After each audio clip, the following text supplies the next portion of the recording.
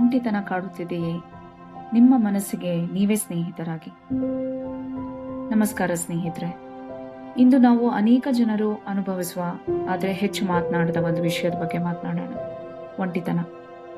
ಒಂಟಿತನ ಎಂದರೆ ನಮ್ಮ ಸುತ್ತ ಯಾರೂ ಇಲ್ಲ ಅನ್ನೋದಲ್ಲ. ಕೆಲವೊಮ್ಮೆ ಜನರ ಮಧ್ಯೆಯೂ ಇದ್ರು ಮನಸ್ಸಿಗೆ ಯಾರೂ ಅರ್ಥ ಮಾಡ್ಕೊಳ್ತಿಲ್ಲ ಎಂಬ ಭಾವನೆ ಬರಬಹುದು. ಮೊದಲಿಗೆ ಒಂದು ವಿಷಯವನ್ನ ನೆನ್ಪಿಡಿ. ಒಂಟಿತನ ಒಂದು ಭಾವನೆ. ಅದು ನಿಮ್ಮ ವ್ಯಕ್ತಿತ್ವವಲ್ಲ, ಅದು ಶಾಶ್ವತವೂ ಅಲ್ಲ. ಈಗ ನಿಮ್ಮ ಕಣ್ಣುಗಳನ್ನು ಒಂದು ಕ್ಷಣ ಮುಚ್ಚಿ ನಿಮ್ಮ ಮನಸ್ಸಿಗೆ ಈ ಮಾತುಗಳನ್ನು ಹೇಳಿ. ನಾನು ಈಗ ಕಷ್ಟದ ಸಮಯದಲ್ಲಿದ್ದೀನಿ.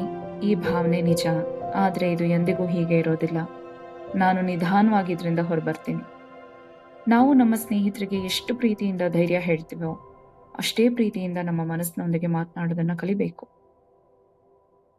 ಇನ್ನೊಂದು ಸರಳ ಅಭ್ಯಾಸ. ಒಂದು ಪುಸ್ತಕ ಅಥವಾ ಡೈರಿಯನ್ನು ತಗೊಳ್ಳಿ. ಅದರಲ್ಲಿ 3 ಪ್ರಶ್ನೆಗಳನ್ನ ಬರೀರಿ. ಇಂದು ನಾನು ಏನು ಅನುಭವಿಸುತ್ತಿದ್ದೀನಿ? ಈ ಭಾವನೆಗೆ ಕಾರಣ ಏನು? ಇಂದು ನನ್ನನ್ನು ಸ್ವಲ್ಪ ಚೆನ್ನಾಗಿ ಅನುಭವಿಸಲು ನಾನು ಮಾತನಾಡಬಹುದಾದ ಒಂದು ಚಿಕ್ಕ ಕೆಲಸ ಯಾವುದು?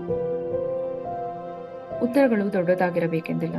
1 ಕಪ್ ಕಾಫಿ ಕುಡಿಯಬಹುದು, ಸ್ವಲ್ಪ ನಡೆಯೋದು, ಸಂಗೀತ ಕೇಳೋದು, ದೇವರನ್ನ ಪ್ರಾರ್ಥಿಸುವುದು ಅಥವಾ ಆತ್ಮೀಯ ವ್ಯಕ್ತಿಗೆ ಕರೆ ಮಾಡುವುದು ಕೂಡ ಸಾಕು. ಇನ್ನೊಂದು ಮುಖ್ಯ ವಿಷಯ, ನಿಮ್ಮನ್ನು ಇತರರೊಂದಿಗೆ ಹೋಲಿಸಿಕೊಳ್ಳಬೇಡಿ. ಸಾಮಾಜಿಕ ಜಾಲತಾಣಗಳಲ್ಲಿ ಕಾಣುವ ಪ್ರತಿಯೊಂದು ನಗು, ಪ್ರತಿಯೊಂದು ಯಶಸ್ಸು ಅವರ ಜೀವನದ ಸಂಪೂರ್ಣ ಕಥೆಯಲ್ಲ. ಪ್ರತಿಯೊಬ್ಬರೂ ತಮ್ಮದೇ ಆದ ಹೋರಾಟವನ್ನು ನಡೆಸುತ್ತಿದ್ದಾರೆ.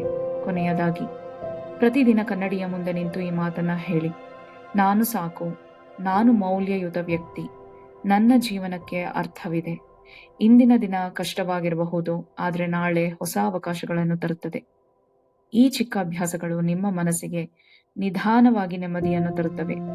ಆದರೆ ಈ ಒಂಟಿತನ ಬಹಳ ದಿನಗಳಿಂದ ಮುಂದುವರೆದಿದ್ರೆ ಅಥವಾ ನಿಮ್ಮ ನಿದ್ರೆ, ಕೆಲಸ, ದಿನನಿತ್ಯದ ಜೀವನದ ಮೇಲೆ ಪರಿಣಾಮ ಬೀರ್ತಿದ್ರೆ ವಿಶ್ವಾಸಾರ್ಹ ವ್ಯಕ್ತಿ ಅಥವಾ ಮಾನಸಿಕ ಆರೋಗ್ಯ ತಜ್ಞರೊಂದಿಗೆ ಮಾತನಾಡಲು ಹಿಂಜರಿಯಬೇಡಿ.